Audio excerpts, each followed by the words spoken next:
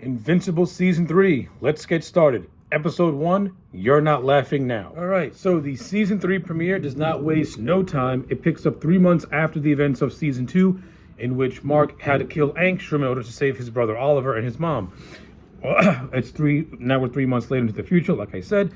He's still under the tutelage of Cecil, and Mark is, he's rapidly finding out the limitations and the unlimited potential of the power of within him, since Cecil and Donald are monitoring him and putting his skills to the test, and they're trying to see just how strong Mark really is. And while all that's happening, Mark's little half brother Oliver, he is now went from being a baby to now being an adolescent teen or a kid, and he's slowly starting to get his powers and develop his powers. And I like this stuff. I like the fact that, Mark's mom, Debbie, she is a human mother to 2 superhero boys, but she's doing her best to try and keep them both grounded.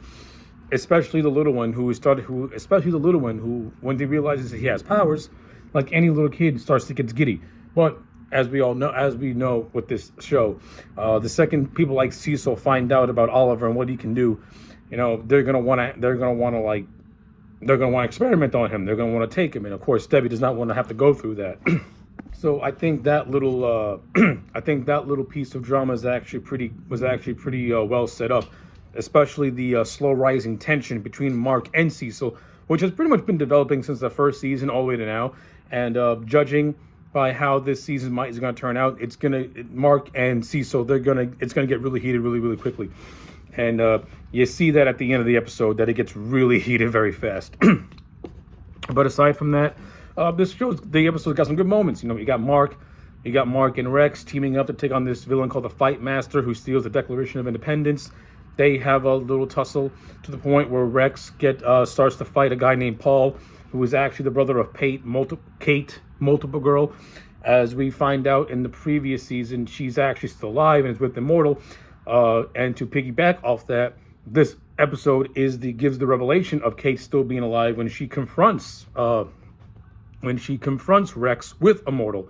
And of course, the episode also reveals that Immortal and Kate are due to get married. Are due to get married also.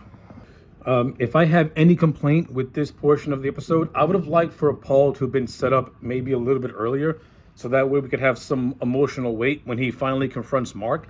Instead, Paul to me seems like a character who came out of nowhere just to pick a fight with Rex. I mean, if you're going to go down the route of Paul and Kate being siblings, at least you should have introduced Paul much me, so that way we get a feel as to who he is as a character. That's just me personally. I would have did that. It would have gave the scene and the moment more of an impactful weight, especially when Immortal finally reveals that Kate is still alive, or at least a copy of Kate is still alive. And of course, this leads to the scene of the Guardians pretty much becoming whole, because the other character whose name escapes me, the redheaded one that was being flirty with Rex, she's also now back on the team. So now the Guardians are starting to get the strength and numbers back again. And followed by all of that, we also have a scene of Mark hanging out with the friends William and Rick, in which Mark pretty much lays out that he has feelings for Eve. And pretty much the biggest takeaway of this episode is going to be the budding romance between Mark and Eve. And I'll say this: it's about time these two are going to get together, because Mark and Eve, they've had, a good chemistry with each other dating back all the way to the first season. I understand Mark was also with Amber at the time, but as the second season went on, you kind of get the notion that Mark and Amber, they're just spinning wheels, and their relationship really never progressed. Every time you think it progresses, it goes back to square one again. Now that they're finally going to link up 2 superheroes together, it's going to be very interesting to see how Mark and Eve do as a couple. Now, of course, it starts off very, very shaky when Mark reveals to Eve that while he was in an alternate dimension, that a variant of Eve, pretty much told Mark either be with her or don't be with her, because it's tearing her apart. So Mark took this to heart and asked his Eve out, which to Eve's understanding she didn't lash out at Mark, but she was not too thrilled about what Mark was telling her, and pretty much is taken as the fact as Mark feeling sorry for her, hence why he asked her out.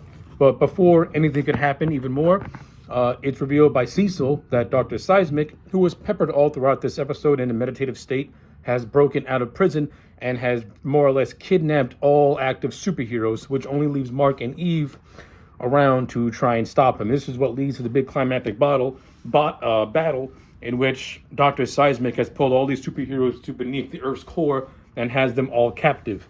Uh, since Mark and Eve are unable to help, Cecil calls in heroes from other dimensions to more or less put an end to Dr. Seismic.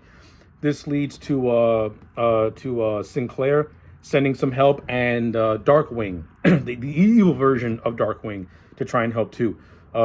Post-battle, Cecil tries to tell Mark that they've been reformed, but Mark does not want to hear it because when the last time he encountered these men, they did some very, very horrible things. Cecil tries to throw that back at Mark to try and get into his head, but Mark is having none of it. And this is what leads to an intense scene where they're in a white room where pretty much Mark is surrounded by superpowered beings. So yeah, that's the overall summary of the season premiere. Overall, I think it was a hot start to the season. The things I like the most from the first episode so far is the budding romance between Mark and Eve. I want to see how that develops. And of course, I like the sibling relationship between Mark and his little brother Oliver. I like the whole thing of Oliver being this giddy little kid who is discovering his powers for the first time. Debbie, who is supportive, but at the same time wants to be very, very cautious, because you can tell that she does not want the same thing that happened with Nolan and Mark to happen to Oliver. Especially when Cecil comes to the house and notices that Oliver is starting to get his powers. We definitely don't want Debbie allowing Cecil to get his hands on this little kid. But I do like the stuff with Oliver. I like the innocence that he brings. I like the chemistry with him and Mark. I buy them I like the big brother little brother dynamic. It's good stuff. And I'm also interested to see how Oliver develops as this season goes on as well. So overall, I thought that episode 1 was a hot start to season 3. Episode 2, A Deal with the Devil. All right, there is a lot to unload with episode 2, so let's waste no time. Number 1, this is a very Cecil-focused episode. And this episode alone more or less reaffirms the fact that from season 1 to now, Cecil has always been one of my favorite characters throughout this show. But this episode made him even bigger favorite for me. We get a glimpse into Cecil's origin story. We get a glimpse as to what events shaped him to be the man that he is. So the episode starts off on a flashback with Cecil on an undercover mission. After giving a ruse that he had found nothing, he ends up stumbling upon these two superpowered beings who are looking to wipe out the Earth. Basically, these two are basically Ra's al Ghul from Batman. They want to wipe out the world and rebuild it in their own image, sort of thing. But what makes this flashback significant is that we see how Cecil got his scars. So because of this vat of toxin, whatever it was, Cecil was pushed into it, and it ended up scarring him very, very badly. So the skin that Cecil has in the present day, those are actually skin grafts. And the scar underneath right over here that he has, that's actually the last remnant of his real skin. So Cecil went through some shit. And I like seeing how this shaped his mind, because it parallels Mark. So Mark's whole thing is that he's against the idea of the evil Darkwing and Sinclair working with Cecil, not believing they could be reformed. Through this flashback, we find out that Cecil had the same mentality as Mark. He did not believe that these people could be reformed and have a second chance. But after Cecil is sent to a prison and he was able to maintain order of said prison, he was then given the job to be head of the Guardians, so to speak. And I like this stuff. This adds so much to Cecil as a character, and it also is a great parallel to Mark, because you pretty much find out that Mark and Cecil, they're basically two sides of the same coin. Cecil sees in Mark who he used to be, and he's trying to have Mark open his eyes and not have such a black and white point of view of life. Basically, Cecil's trying to teach Mark that there's a lot of gray area in Mark, that there's a lot of gray, and you have to learn to embrace that gray and not always think that the world is as cut and dry as you want it to be. This leads to Mark going postal. He goes to the Guardians, tells them the whole thing of Cecil was trying to kill him, and that Cecil's been keeping secrets and stuff like that. Cecil ends up going to Guardians HQ. A fight breaks out, and this is where the Guardians go on a split. You have an Exodus led by Rex, and you have the Immortals, and you have Immortal who stands by Cecil, and also Darkwing and the new version of Darkwing is entered into the Guardians under the leadership of Immortal. So it's gonna be interesting to see how this Guardians Civil War plays out. You're basically gonna have a Guardians led by Cecil and Immortal against another version that's going to be led most likely by Mark and Rex, or Mark and Eve, so to speak, because because those guys side with Mark. So yeah, like I said, it's going to be interesting to see how the Civil War is going to play out. It's going to be a really good aspect. Like season 3 is basically going to be Cecil versus Mark, and I'm here for it. And I also like the end of the flashbacks where Cecil meets Omni-Man for the first time, and this is what opens his eyes to realizing, hey, Earth needs to be protected, and they need to be protected by all costs, even if that means I have to do things that I don't want to do. I like it. Again, it adds so much depth and so much layer to Cecil as a character to the point where you understand what he's doing. You don't agree with what he's doing, but at the end of the day, Cecil's not a bad person. He's just doing bad things for a greater good. And I like that. Those are always the more interesting characters when done well. And so far, Cecil to me is done very, very well. And of course, you got Walton Goggins, who has been putting in an excellent performance as the character since season 1. So no complaints in that department whatsoever. Yeah, and aside from all that, I still like the stuff that's going on with Oliver. And I also like how the episode ends with Mark and Eve, more or less starting their relationship. I thought the first episode kind of made it feel like that it's going to take the entire season for these two to finally get together. But no, I think they're going to learn from their mistakes of dragging things out, and they're just going to have them go, because Mark and Eve need to be on the same page if they're going to go up against Immortal and Cecil and their portion of the Guardians.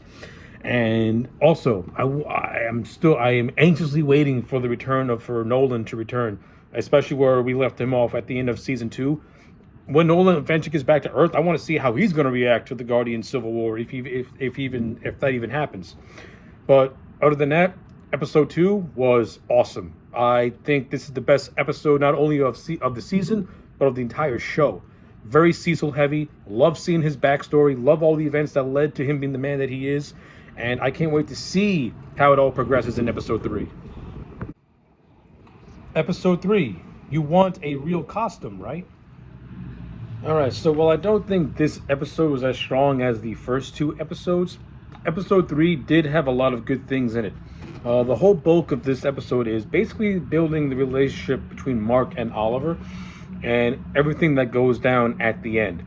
Leading up to it, it was solid foundational work. I know I like seeing Mark and Oliver bond now as superhero brothers. I thought that was actually pretty cool. I like the scene where they get the new costumes, where Mark gets a new Invincible costume and Oliver gets his. I do like the forebodingness of Oliver choosing to call himself Kid Omni-Man, knowing that Mark's dad, Omni-Man, did some really, really horrible things in season 1, and in season 2 was trying to atone for those sins. But the people of Earth have not forgiven Omni-Man yet, but we didn't really get any fallout of that in this episode. But I think as the season progresses and Kid Omni-Man becomes more of a character to the Earth, I want to see how the world, how this world is going to react to that. I think that's going to lead to some interesting things, especially when you get to the end of the episode and with Oliver acting more like Nolan than Mark really wants him to. But before I talk to that ending, there's some other little things to go over first. Eve has a reconciliation with her parents where she basically lays down the law. She wants her parents to accept her for what she is, and that is a superhero, but also maintains that as long as she's living with them, she's not going to use her powers in the house. The mother is enthusiastic. Her mom's enthusiastic. Her dad is still a dipshit, but it looks like he's slowly starting to loosen up just a little tad bit. When it comes to Eve's section of the story, I don't care for her father. Her father is just he's just too much of an asshole for me to like this man or feel sorry for him. The wife, on the other hand, I seem to like I seem to like Eve's mom's more because she is more open to it. I mean, you can tell she's also scared by it, but at the same time, Eve is still her daughter, so she's the first chance she gets, she wants to be around her. So I like that stuff. But the dad, we're 3 seasons in. It's time for the dad to stop acting like a dick and finally accept his daughter and just lighten up already. Jesus Christ. Also, Mark's mom's Debbie starts to form a relationship with a guy named Paul, in which she reveals the identities of Mark and Oliver, much to Mark's chagrin. But after Mark has a conversation and a talk about Eve, he learns to accept it. Mark has Eve to rely on in terms of things that he does. Debbie needs the same way too. So I kind of like how the stuff with Debbie and Paul could potentially mirror Mark and Eve. I think that could be pretty cool. But the biggest takeaway from this episode is more or less the second half, in which we get the return of the Maulers as they want to launch a nuclear silo, pretty much destroying the world's EMP and being the world's only reliable power source. So in essence, the Maulers want to go from becoming criminals to becoming businessmen. But the biggest takeaway is where Invincible and Oliver confront them. Invincible flies into space to try to destroy the missile, which he does, but Oliver stays, and Oliver completely obliterates the Maulers. He breaks one's jaw, he rips one apart. The other Mauler, horrified at what Oliver did, begs for his life until he gets killed by Oliver. And then when Mark returns, he berates Oliver for it. And then after these two have a conversation, Oliver basically says, Oliver, in more ways than one, he's adapting to the philosophies of Nolan, in which human life isn't precious enough to be protected, and that if you're evil, you have to die. So I like it. Like it's like Oliver is this kid, but the only father figure in his life has been Nolan, and the only mother in his life has been Debbie. So it's going to be interesting to see how these conflicting ideologies happen within Oliver, because you can tell that Oliver is innocent, and you can tell that he's not, and you can tell that he's trying to struggle with these things. Like he loves Debbie, and he doesn't want to, and he loves Debbie, he values Debbie, but at the same time, it's the other stuff that's going on. Like whenever Mark's in trouble, Oliver's first reaction is to go and help him in any way he can. This leads to the death of the Maulers, and Mark has to try and tell him that no killing. You don't have to kill. When Mark killed for the first time, it's not because he wanted to, because he was put in a situation where he had no choice. Oliver had a choice. Oliver could have left, but Oliver chose to stay, and he may have killed one of the Maulers accidentally. He didn't accidentally kill the other one. He killed the second Mauler in cold blood and virtually nearly showed no remorse to him. No remorse because of it. So, it's going to be an interesting dynamic as the season goes on with Oliver and how his character starts to conflict with different ideologies. But overall, the episode ends on a cliffhanger. So throughout the episode, there is this mysterious orb that was floating around the Grayson household. When we get to the end and Mark destroys the orb, we find out that Angstrom from season 2 is alive and well and is spying on the Graysons. So it's going to be interesting to see how Angstrom plays into season 3 now that he's alive. But yeah, and you got like some moments with the Guardians here and there as they go against the Maulers. They don't really do much. Immortal gets kidnapped, and Immortal's the one who spills the beans to Mark about what Oliver did. So the Guardians don't really do a whole lot, but they play a small little role in the episode. But yeah, overall, the episode did a great job at expanding the relationship between Mark and Oliver and laying the foundation for Oliver's conflict, in which he doesn't know if he wants to take a life or value life. And that's going to be interesting to see as the season progresses. And eventually, when Nolan gets introduced into the storyline, it's going to be even more interesting. That aspect's going to get even more interesting. But yeah, overall, episode 3, I didn't think it was as strong as the first 2, but still good nonetheless. Episode 4, You Were My Hero. Okay, so this episode is basically the tale of two cities. The first half focuses on Mark and his investigation as to where the orb came from.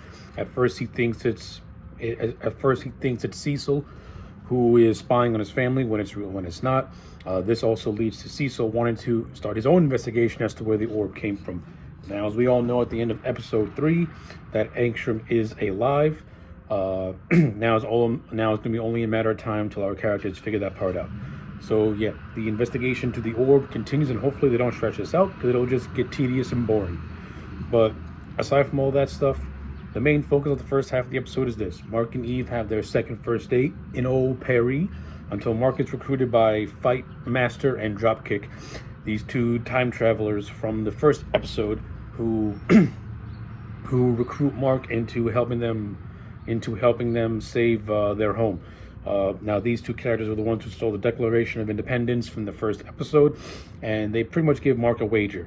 If Mark helps them, then then they will return the Declaration. Mark begrudgingly agrees, and ends up going to the future. And it's revealed that this future is a complete ruins being run by a tyrannical king. The king is later revealed to Immortal, who after centuries of living too long, has officially become a broken man. And more or less, Mark is forced to kill him. And of course, this gives Mark a dilemma because he was forced into a position that he didn't want to be in. I thought this part of the episode was handled fairly well.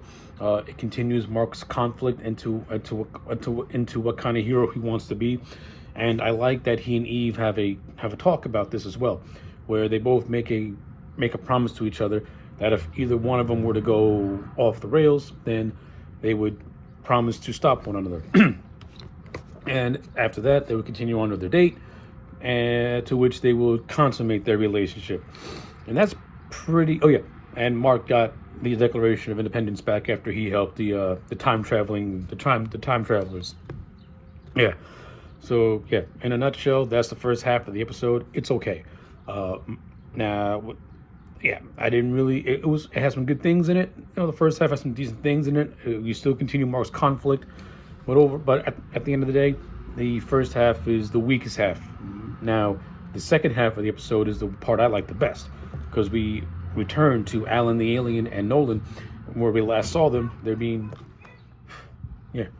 held captive by the Viltrumites.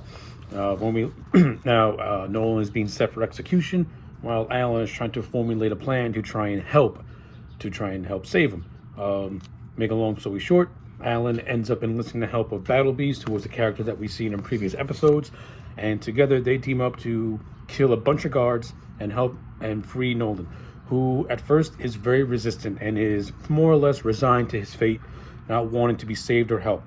In Nolan's mind, this is the punishment that he deserves for all the things that he did. The betrayal of his family, the dissolution of the relationship with his son. He feels that this is his chance for redemption is in death. And it's not until Alan convinces him otherwise. I like it. I like the stuff with Alan and Nolan. I like how Nolan has accepted the fact that Alan is his friend, and I like the ending where the two of them are going to team up. So all the second half of the episode to me is the best part of this. Is the best part. The stuff with Alan and Nolan, good stuff. We finally get back to the story, and it's getting closer and closer to merging with the main storyline. So I'm going to be very, very intrigued to see how all that ties together. Overall, I thought episode 4 is a mixed bag. The first half, while not mind-blowingly awesome, was decent. The second half, to me, makes up for it. And I do like the little, ending of Debbie nearly catching Eve and Mark doing the deed in Mark's bedroom. That was a little fun. So yeah, now it's time for episode 5. Episode 5. This was supposed to be easy. So this episode to me felt like a little bit of a filler episode, though some things do happen. So I'm just going to get the major highlights out of the way first. Mark and Eve have decided that they're going to move in together, and since that they're both superheroes and don't have much jobs, Eve has the idea of more or less becoming superheroes for hire, and she does this by offering services to the penitentiary. So while that's going around, you also have Mark, who is spying on his little brother Oliver, and this part of the episode I actually do like, because we actually get a chance to see Oliver act like a kid and interact with other kids, and we just see Oliver acting normal, and I actually like it. We only get to one scene of it, but it's a powerful scene. And I like how the kids are not afraid of Oliver. Like, they accept Oliver as their friend. And I like how when a bunch of bullies start to confront Oliver and his friends, Mark at first thinks that Oliver is going to do something that he's going to regret, but instead Oliver just uses his powers to make fun of the bullies. I like it. It actually says a lot about Oliver's character and about how he's growing more as a character, and that how the conversations that Debbie and Mark have been having with him are starting to pay off. Like, he's not using his powers to be better than anyone else. He's using his powers almost as a way, as a way for protection, if you will, without having to have to kill somebody. No, it's little things like that that make a scene and the character feel that much more. And I like how Mark just wants to see his little brother act like a kid and just have friends and not have to worry about being a superhero and stuff like that.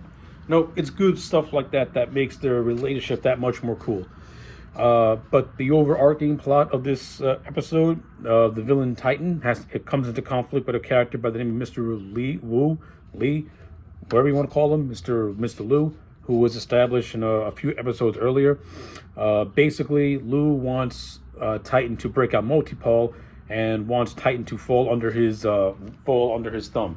This forces Titan to visit Machine Head, who makes his return, once again voiced by the hilarious Jeffrey Donovan, and he also has to get Invincible on his side, because if Titan were to lose the grip that he has right now, then the city that he tried very hard to clean up is going to fall right back into chaos again. And I'm not going to lie, I like the character of Titan. I like how everyone underestimates the Titan's ability to formulate plans, and I like how he's a step ahead of almost everyone in this episode. Like, it's actually pretty well done, and I kind of like the swerves that Titan pulls on Lee and Machine Head. I thought that was actually well done and well handled. And the fight with Invincible taking on Mr. Lee in his dragon form was decent. It was just a giant kaiju battle, but it was at least entertaining. And we get to see Eve also help out as she tries to get Multipole back into prison after he was broken out of said prison. But yeah, more or less, the end of the episode sees Machine Head killing Lou and assuming the head of the Order, and he grants Titan autonomy and will pretty much leave him alone, but also threatens him, saying if you ever do something like that again, it's not going to end well for you, with Titan just leaving. Now, I wouldn't say brushing it off, but just wanting to keep to himself at this stage.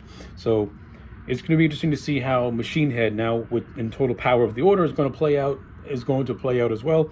I like the character Machine Head, so I'm interested in that. Also, when it comes to Mark and Eve, they decided that they're going to hold off on getting the apartment, saying that their relationship is moving faster than it should, so they're going to slow it down, which, that's basic relationship stuff. So it's like they ain't breaking up, they're just taking it more slower. And and we get a nice little comedic moment where Debbie reveals to Mark that she knows that that he and Eve have been doing the deed. So that was a nice little joke.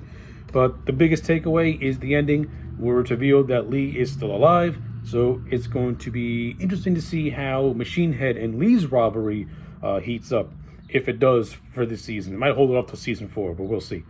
But yeah, overall, I thought episode 5 was okay. Not great, but okay. Episode 6. All I can say is I'm sorry. Alright, so I think this episode so far is the best of the season. Episode 6 is by far one of the more somber and darker episodes that this season has had so far. So this episode follows the character of Scott Duvall, who witnessed his sister and niece get killed during the events of the Chicago incident with Omni-Man and Invincible.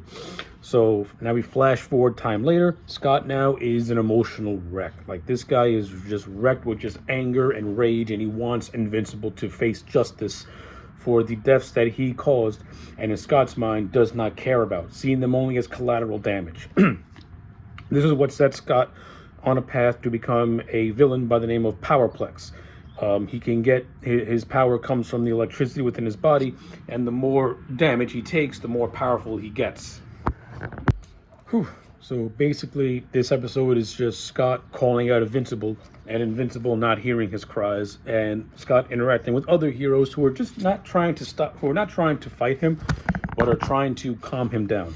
The one thing that I can say about this episode and the villain of Scott, who was voiced by Aaron Paul, is that he never came across to me as a villain he didn't come across to me as a villain. He came across to me as a broken man who has gone so far down the rabbit hole of depression that he just doesn't know that his goal is so singular that nothing else around him matters, so to speak.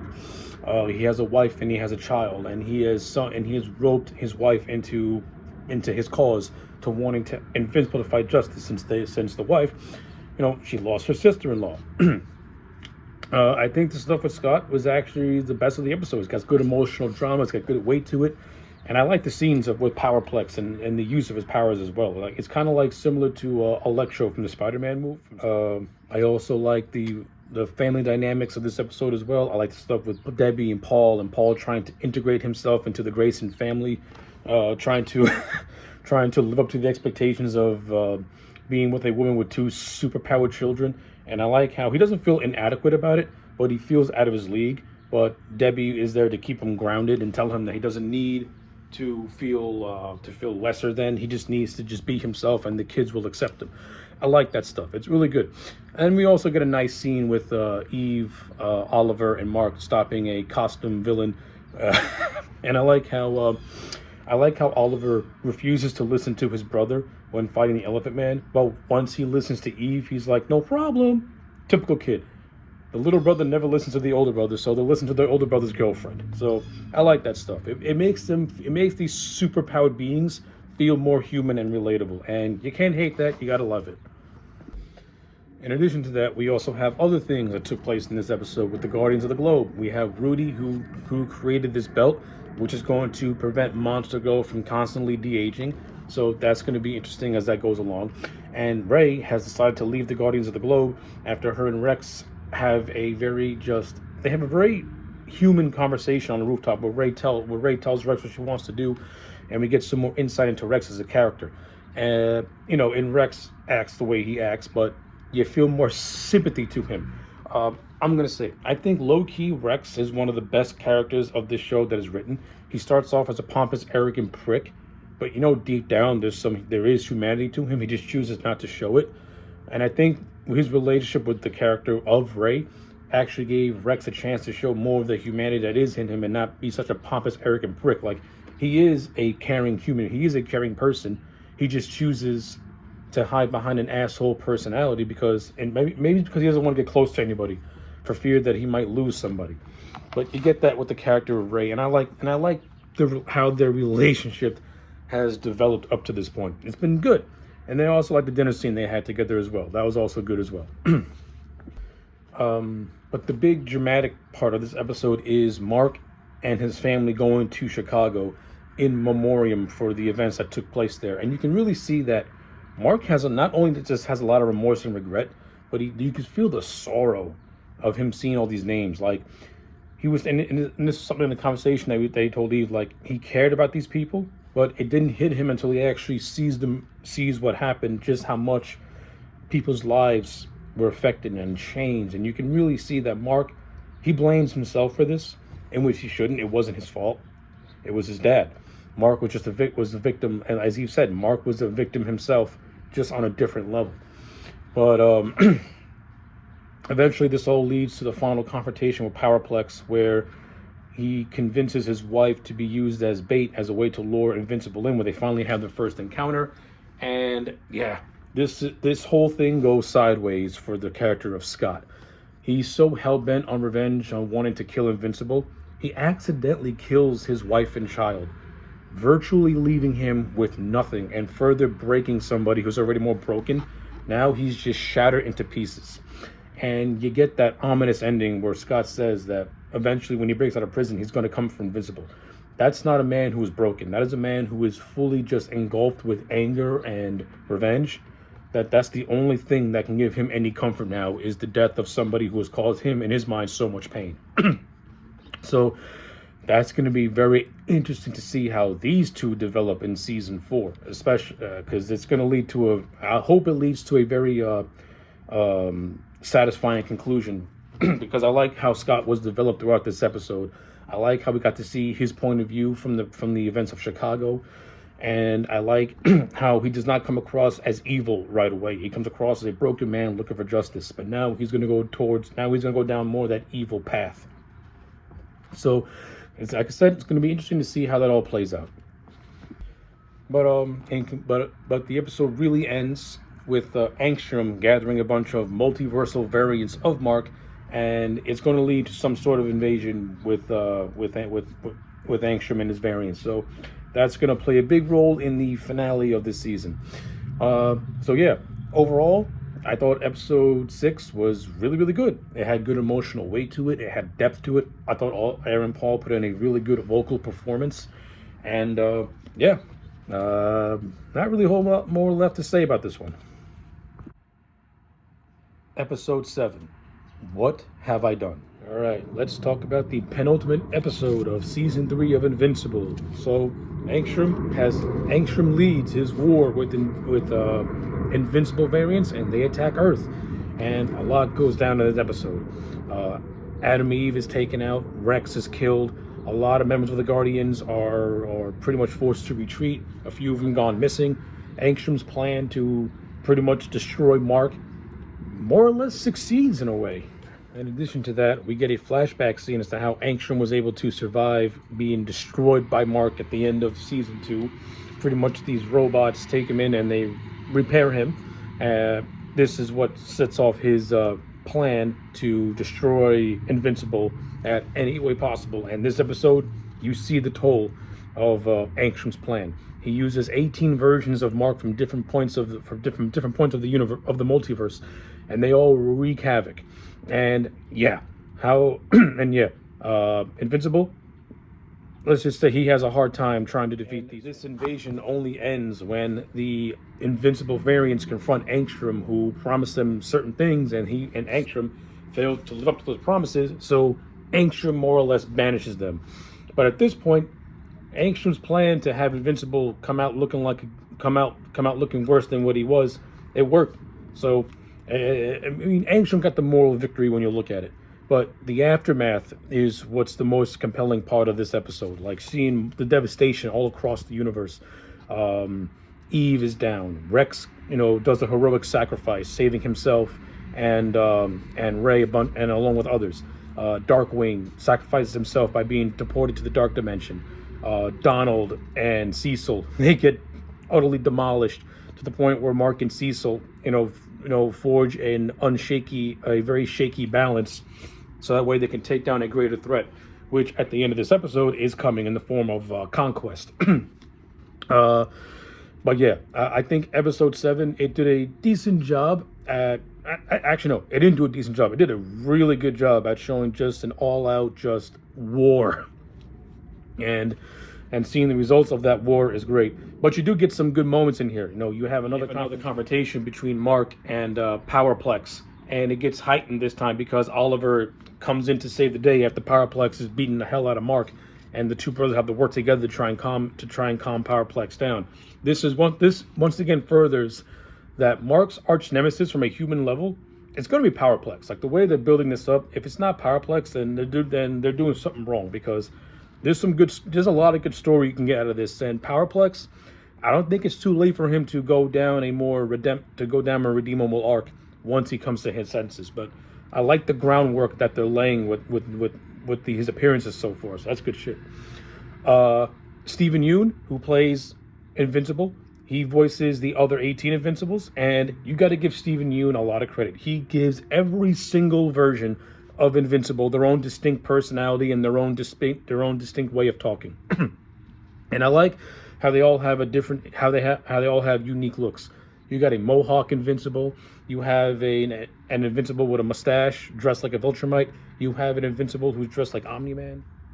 Yeah, so I like the variety of different marks that Angstrom was able to pick across the multiverse. They all have their own distinct look and distinct personality.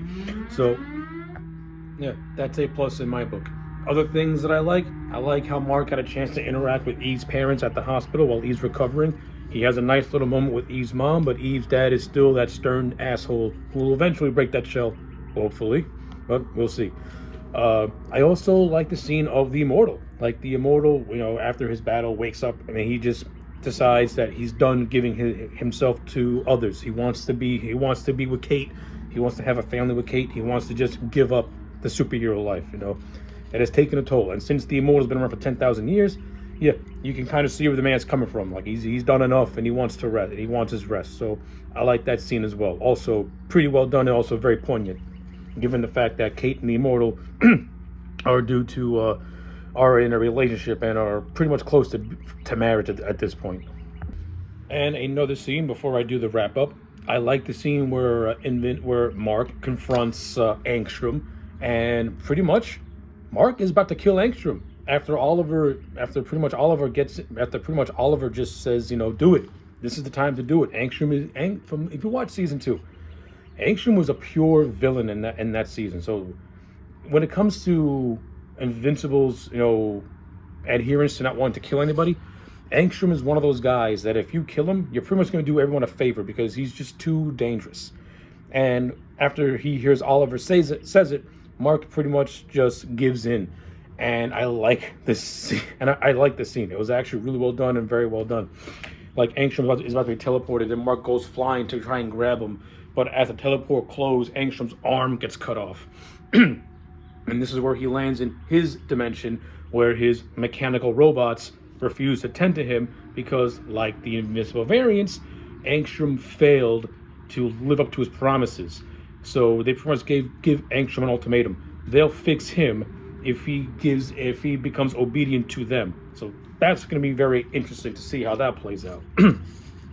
But ultimately, the episode comes down to this. Cecil makes an offer for Invincible to lead the Guardians. Invincible is not really too keen on the idea, but his parting words are, if you need him, call him. But as Invincible's doing his cleanups, we get the appearance, as I mentioned, of Conquest, voiced by Jeffrey Dean Morgan, a Viltrumite who is here to see the progression of Mark and notices that Mark has done absolutely little to nothing to conquer Earth. And this is what leads to the finale, with Mark going up against a powerful Viltrumite. So, yeah, all the pieces are in place for an explosive finale. Hopefully, we get some stuff with Omni-Man and Alan coming to Earth, potentially, to help Mark. Or at least Mark and his dad have a face-to-face before the season ends. But yeah, I like this episode, and I like how it set everything up for a very, very, hopefully, good finale. Episode 8, the season finale. I thought you'd never shut up. Alright, so a good chunk of the season finale is basically the fight between Conquest and Invincible. And not for nothing, it is a brutal, drag-down, sadistic brawl between these two, with Invincible hitting Conquest with everything that he can conjure up, just for Conquest to nearly shrug it off, get rocked a little bit, but still find a way to stop Mark's momentum. Yeah, I mean, that's really the bulk of the episode, is just Invincible and Conquest, and Mark trying to find anything and everything to try and get the upper hand, much to no avail. Eventually, Adam Eve, she recovers from her wounds and her injuries, and she helps Mark in his fight with Conquest. Same with Oliver, but Conquest, he just manhandles both of them. He manhandles Oliver, nearly kills him until Mark stops him, and then when Adam Eve gets into the picture, he actually does kill Eve, but because of Eve's power, she is able to resurrect herself, and it's this latter portion of the fight where Conquest is eventually stopped, and like Eve does like a radioactive blast or something, and just completely melts off half of his body. Yet he's still standing. But I do like how, even though Conquest just got wrecked by Eve, the man is still like not going to stop, and he's only stopped until Mark finally just gives in and brutalizes him. And it's only at this point where Conquest is defeated. So yeah, that's basically the first half of the episode, is just the fight between Mark and Conquest, and is entertainingly gory, and You get some nice callbacks to the Omni-Man and Mark fight from the season 1 finale, where Conquest is like holding Mark's head and just flying around the world, forcing Mark and using Mark as a battering ram while innocents are being killed. It's a nice callback, and it's a nice callback and variation of the infamous subway scene where Omni-Man is holding Mark's head in place while a train is going through them, and everyone is just dying on that train. So it's like you get a nice recreation with that, but done differently. Where that one was done more for on that the way it was done in season 1 was Omni-Man trying to prove a point to Mark. The way it's done in season 3 is Conquest enjoying what he's doing. And that's the big difference between Omni-Man and Conquest, is that Omni-Man feels like he's obligated to do this stuff. Conquest just enjoys what he does. And he has some good dialogue exchanges with Mark all throughout the episode. And Jeffrey D. Morgan as the voice puts on an A+ job. And I like how we get a little insight into Conquest as an actual character, where he confesses to Mark that he's lonely, and that and that he does the things that he does because it just makes him feel whole in a way. Like, it's like Conquest gets presented as a very interesting character because of it, because you're giving some insight into his character is. Well, yeah, once Conquest is defeated, you pretty much get the epilogue. We have a funeral for Rex Blode, which is actually very emotional. I like how Adam Eve reacts to it. She's somebody who has very, very complicated feelings for Rex. They were together, but Rex was also a serial cheater. But at the same time, throughout the course of the show, his character also evolved and developed. And he went from being about himself to being about others in a way, yet still maintaining his dickish personality, but it became an endearing personality. So I like how Adam Eve reacts to it. I like how she has complicated feelings for it. It was actually done in a very, it was done in a way where it doesn't come across as weird or forced or anything like that. We also, during this scene, Robot Rudy, in honor of Rex, changes his name to Rex. So that's there. And we also find out that Cecil has the body of Conquest and is keeping him alive and keeping him buried under tons of steel in the middle of nowhere, and more or less is waiting for Conquest to regain consciousness. That way he can get some intel on the Valerium Empire. So, yeah, once again, Cecil doing his Cecil is doing Cecil things, he's doing bad things for a greater good. Despite the fact that he and Mark already have don't have the world's greatest relationship to start with. So how that'll play in season 4 is going to be very interesting up into itself, especially with the post-credit scene, which brings back Damien Darkblood from season 1. So that's going to be very cool to see as well, to see how Damien Darkblood, who is now back in hell, how he's going to play back into things. Now, since I've never read the Invincible comic books, but from what I do know from some research, Damien Darkblood was only in like I think in maybe the first couple of issues, and then you never see him again. So the show is going to go into a completely new direction and storyline with his character. So it's going to be very, very intriguing to see what Robert Kirkman and his writers come up with. So I'm looking forward to that.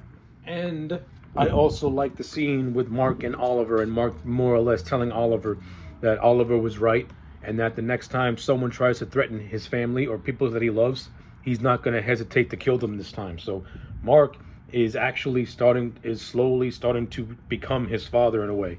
So how that develops in season 4 is also going to be very, very interesting. Now, what I did not like about the finale, where's Alan the Alien? Where's Omni-Man? They're nowhere to be found. The last time we saw them, they were escaping the Valerium ship.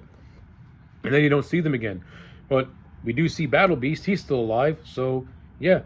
And that, if I have any frustrations with season 3, it's the fact that Omni-Man is barely in this thing. He's only in one episode, and then that's it.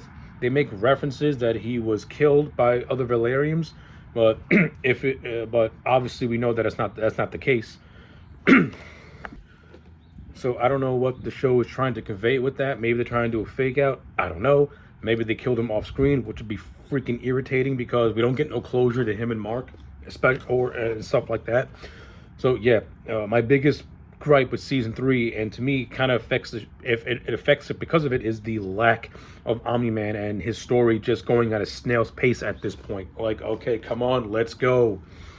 Like, let's get to Omni Man getting to Earth. Let's get to him having a reconciliation with his family. You know, we're dragging feet and we're taking too much time with this. Like season three should have been like. Now, I'm not saying let's have him join the fight against Conquest, which would have been interesting, but at least show a scene of him and Alan doing something or getting close to somewhere. Instead, they're just not even mentioned at all. There's no update as to what's going on with them at all, and it's frustrating because Omni-Man, aside from Mark, is one of my favorite characters in the show. So what's going on here? But some good highlights. The stuff with Mark and Eve, their chemistry is impeccable. Good stuff. And just the way that they handled their romance, these two superheroes trying to act like teenagers, I actually think was actually really well done, and I enjoyed it a lot. So like, for whatever flaws season three has, there's something there that enhances it back up again. So yeah, those are my overall thoughts on Invincible season three. Another solid addition into the show. Overall thoughts, gonna give it a solid 8 out of 10. So yeah, those are my thoughts on Invincible season 3. Let me know yours in the comment sections down below. If you want to watch these little mini reviews in isolation, I will provide timestamps in the description box. In the description box. With all that being said, like, comment, and subscribe, and I'll check you back next time for more.